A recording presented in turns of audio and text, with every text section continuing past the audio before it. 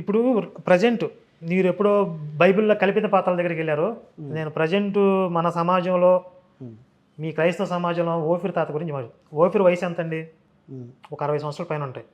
ఎప్పటి నుంచి బైబిల్ చెప్తున్నాడు ఆయన? ఎప్పటి నుంచి ఆయన పరిశుద్ధాత్మ కలిగి ఉన్నాడు? మరి పరిశుద్ధాత్మలు ఆయన సహాయం చేయలేదా? ఎంతమంది స్త్రీలతో ఆయనకి సంబంధాలు ఉన్నాయి ఆయన వయసుకి?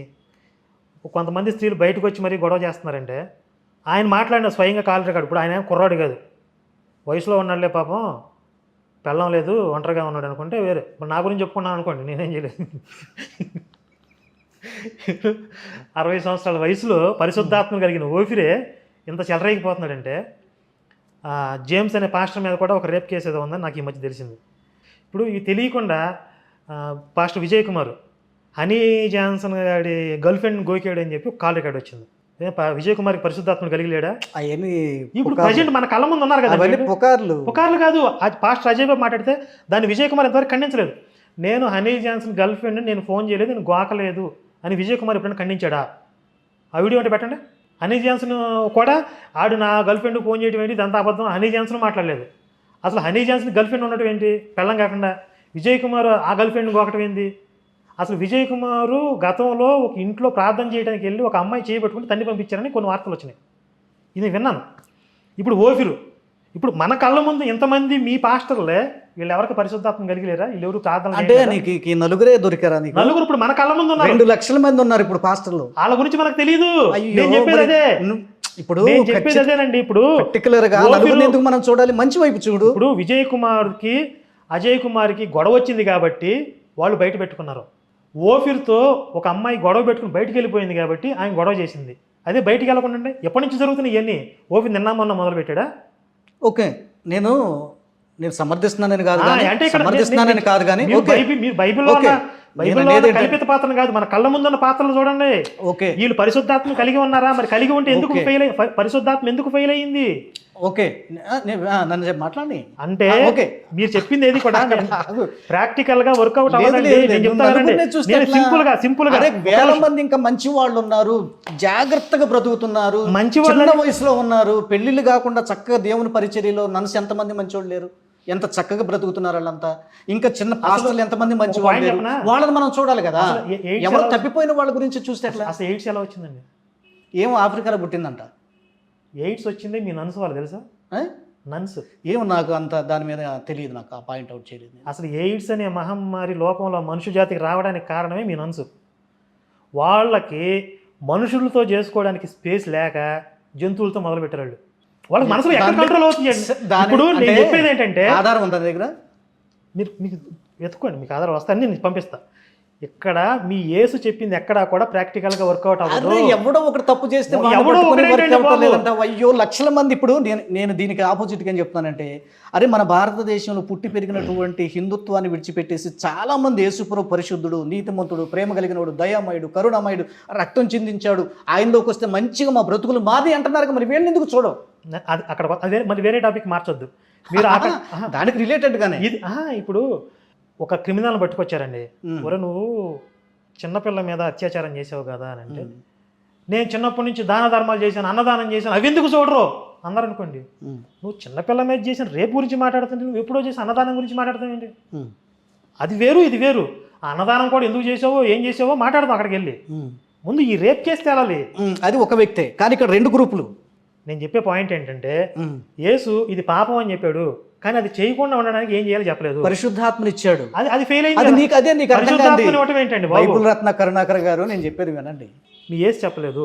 అదే మీరు భగవద్గీతలోకి వస్తే, మనసు మదించిన మదగజం వంటిది కృష్ణుడు చెప్పింది. ఆ ఏనుగుని ఇట్లా లొంగదీయాలి అంటే లొంగదది. మదించిన మదగజం వంటి మనసుని బుద్ధి అనే అంకుశంతో లొంగదీయాలి. ట్రీట్మెంట్ చెప్పాడు, దాని బలం ఏంటో చెప్పాడు, మనసుకున్న బలం చెప్పాడు, దాన్ని ఎలా లొంగదీయాలో చెప్పాడు. అభ్యాస వైరాగ్యాల ద్వారా మనసును నియంత్రించవచ్చును అన్నాడు. అభ్యాస వైరాగ్యాలు అంటే ఏంటి? అభ్యాసము రోజు కూడా ప్రాక్టీస్ చేయడం సాధన. వైరాగ్యం డిస్కనెక్ట్ చేసుకోవటం అంటే వ్యామోహాల నుంచి మెల్లమెల్లగా డిస్కనెక్ట్ చేసుకోవటం. విషయ వాంఛల నుంచి అంటే నువ్వు చేసుకోగలవా? ప్రాక్టీస్ చేయాలి. ప్రాక్టీస్ చేస్తూ ఎంతకాలం? ఇప్పుడు నేను తీవ్రంగా కృషి చేసాను, కొంతకాలానికి అయిపోవచ్చు. నేను కొంచెం చేస్తాను, ఎక్కువ టైం పడవచ్చు. అది కొన్ని ఎక్స్పీరియన్స్ చేసావా? నేను కొంత సాధన చేశాను, కొంత నియంత్రించుకోగలిగాను. ఒకవేళ నియంత్రించుకోలేకపోయాను అనుకోండి, మీ ఓఫిర్కి లాగా నాకు కూడా చాలా వచ్చేసాయి బయటికి. నియంత్రించుకోగలిగాను కాబట్టి ఇప్పుడు ఈ వయసులో నేను ఉన్నాను కదా. ఇప్పుడు మా అమ్మ నాన్న వచ్చి నా కాళ్ళు చేతులు కట్టేయలేదు, నన్ను నియంత్రించే వాళ్ళు లేరు. ఇప్పుడు నా మనసుని నేను నియంత్రించుకోలేకపోతే, ఇప్పుడు నేనైతే ధార్మికంగా ఈ పని మనకు ముఖ్యమని నేను ఇక్కడ కంట్రోల్ అవ్వకపోతే, ఆ సాధన నాకు లేకపోతే ఈ 10 సంవత్సరాల కాలంలో చాలా ఎంగేజ్ నాది. 60 సంవత్సరాల ఓఫిరే కంట్రోల్ చేసుకోకపోతే ఈ వయసులో ఈ సిచ్యువేషన్లో ఓఫిర్ని వదిలిపెడితే మొత్తం అమీర్పేట అంతా దున్నేసేవాడు ఆయన. మరి నేను కంట్రోల్ చేసుకోగలిగానా లేదా? సరే, ఇప్పుడు నేను కంట్రోల్ చేసుకున్నాను. నేను కృష్ణుని పట్టుకున్నాను కాబట్టి కంట్రోల్ చేసుకున్నాను. నేను కంట్రోల్ చేసుకున్నాడు కాబట్టి లిజన్ తొందరపడదు. నువ్వు కృష్ణుని పట్టుకున్నావు కాబట్టి కంట్రోల్లో ఉన్నావో లేదో సరే నాకేం తెలుసులేదు, దేవుడు తెలుసు. కానీ సరే, పెద్ద స్వామీజీని తీసుకెళ్ళి ఆ మధ్య ఢిల్లీలో అరెస్ట్ చేసి పడేశారు. మరి ఆయన భగవంతు ధ్యానం చేయట్లేదు, నీకంటే ఎక్కువ చేయలేదు వాళ్ళు? ఎందుకు అరెస్ట్ చేశారు వాళ్ళని? చేయలేదు. ఏంటది?